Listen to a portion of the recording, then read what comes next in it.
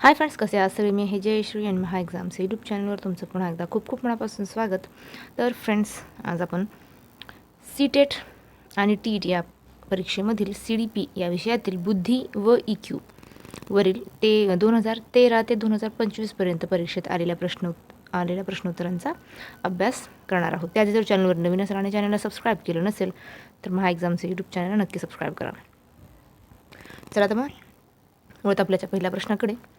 IQचे सूत्र कोणते? हा प्रश्न 2013मध्ये विचारला होता. उत्तर IQ बरोबर MA किंवा CA × 100.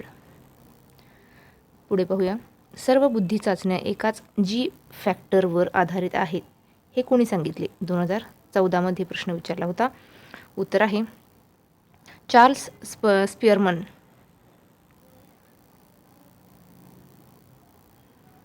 चार्ल्स स्पिअरमन. पुढे पाहूया. थर्स्टनच्या प्रायमरी मेंटल ॲबिलिटीमध्ये कोणती नाही? तर 2015मध्ये विचारला होता. उत्तर आहे इमोशनल इंटेलिजन्स. 2016मध्ये विचारलेला प्रश्न पाहूया. संगीत तयार करणे, वाजवणे ही कोणत्या बुद्धीचे उदाहरण आहे? उत्तर आहे म्युझिकल इंटेलिजन्स.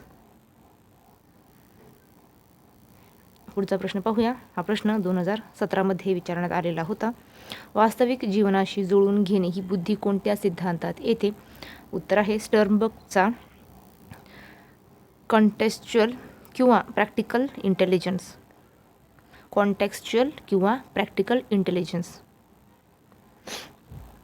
पुढे पाहूया.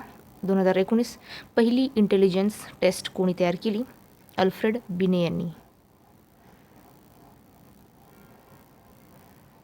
पुढे पाहूया. 2024 गार्डनरनुसार स्वतःच्या भावना समजणे ही कोणती बुद्धी आहे?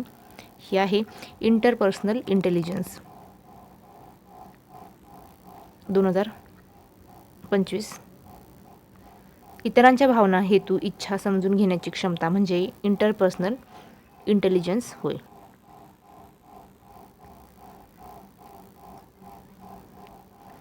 पुढे पाहूया. 2022 बुद्धीची व्याख्या तर्कशुद्ध विचार करणे, उद्देशपूर्ण कृती करणे, वातावरणाशी प्रभावी सामना करणे अशी व्याख्या कोणी केली?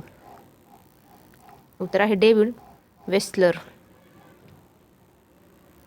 2024मधील प्रश्न पाहूया. स्टर्नबर्गनुसार नवीन परिस्थितीत क्रिएटिव्ह उपाय शोधणे ही कोणती बुद्धी आहे? तर ही एक्सपेरिमेंटल किंवा क्रिएटिव्ह इंटेलिजन्स.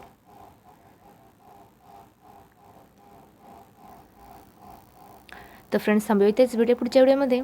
जय हिंद.